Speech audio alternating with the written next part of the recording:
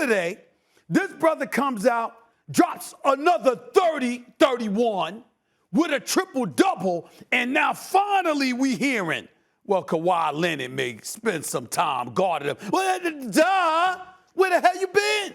The fact is that he's the dude that came to L.A. to take over. He's the dude that said the Crown with the New Balance commercial and the convertible is the new sheriff in town, okay? That's him. Clippers didn't show up. Forget all of that. That happens. All right, fine.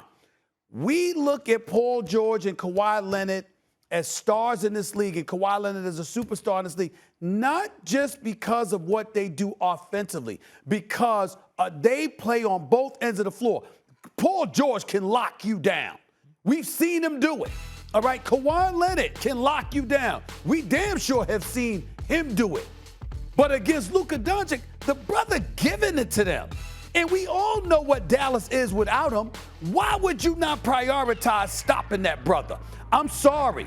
The Dallas Mavericks, if the Clippers don't win game 2, Clippers losing this series. Look, I believe they're going to win game 2, but they better. If the question is who's going to look worse losing their first-round series, then I'm with you. You got two-way wings, LeBron and Wade, Jordan and Pippen. You get paid to show up now. I'm not even going to debate that. But who can least afford to go down 0-2 is actually the Lakers. They can least afford. Like, Clippers lose home court to a team that gave them problems in the playoffs last year. Lakers already didn't have home court and lost game 1. And that was with a compromised Chris Paul. Compromised Chris Paul. No, the Lakers are playing in the Suns a better team. And I thought Dallas was going to be better than they were this year. There was, COVID issues and Porzingis injuries as always. The Suns, I thought, were also going to be very good. And if anything, they were even a little better than I thought they'd be. The big question mark on that team was, ironically, their number 1 overall pick. The DeAndre Ayton, who's already pretty good. But that was like, but how's he going to deal with Anthony Davis? Pretty good game 1. I mean, at least game 1. Forget about how AD will respond. Like, right now, Ayton looks real. And that's on a team with a backcourt like Chris Paul and Devin Booker, and they already have home court, and now they won game 1? No, the Suns should have never been a 3-1 underdog in this series, 7-5, 8-5, something like that. Not even 2-1. And now they won game 1?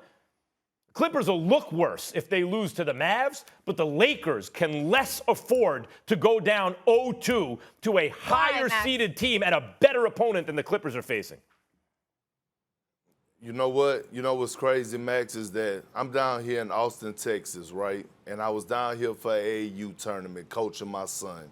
And while I was at the gym, a lot of people came up to me and they said, hey, man, why do you pick on Max so much? And give Max a break?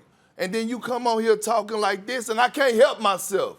Because for the simple fact is that you, of all people, know that the Clippers cannot afford to go down 2 to the Dallas Mavericks, because you have been on record saying last year if Porzingis didn't get hurt, what did you say would have happened, Mac? Dallas would have beaten them, obviously. Oh, okay, cool. So with Porzingis and now Luka has the confidence that he has against the Clippers. By the way, everybody's showing the monster highlight dunk that Kawhi did over Cleveland and all that, and I get it, right? But nobody saw how Luka put Patrick Beverley in the dungeon and talked noise and said he's too small, too bleeping small. Luka has the confidence against the Clippers. By the way, the Clippers, they lost 2 games to get the Mavericks. You don't think to get the Mavericks. You don't think the Dallas Mavericks have a chip on their shoulder going in there and saying, hey, this is what y'all wanted. We about to give y'all everything and more. The role players are not scared of them. Porzingis is not scared of them. Right now, the Clippers cannot afford to go down 0-2. When you look at the Los Angeles Lakers, this is the same story from last year.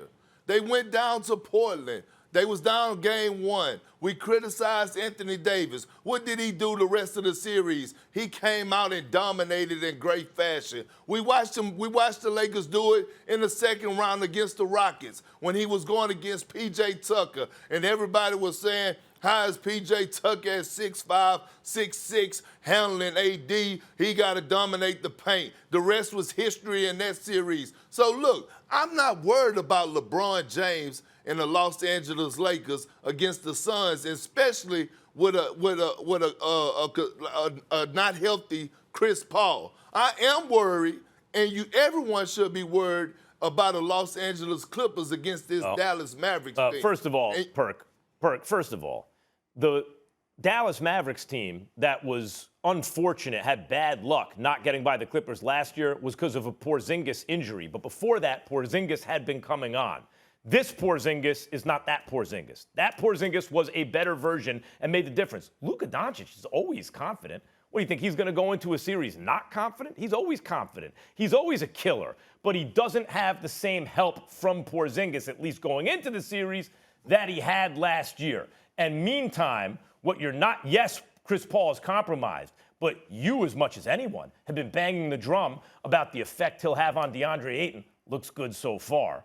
And when you add that to the fact that the Suns, look at that Suns team, are clicking now, with Devin Booker playing the way he's playing now, with the role players all very effective in their roles. No. This is not the same situation as last year for the Mavericks, and you're sleeping on the Suns.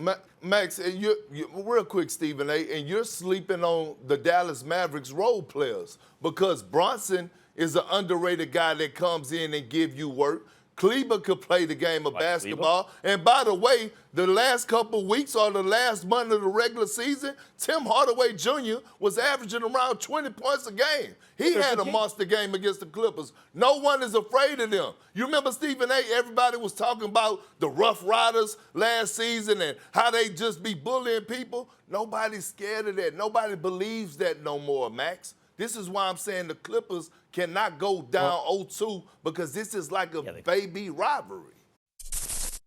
Thanks for watching ESPN on YouTube. For live streaming sports and premium content, subscribe to ESPN+.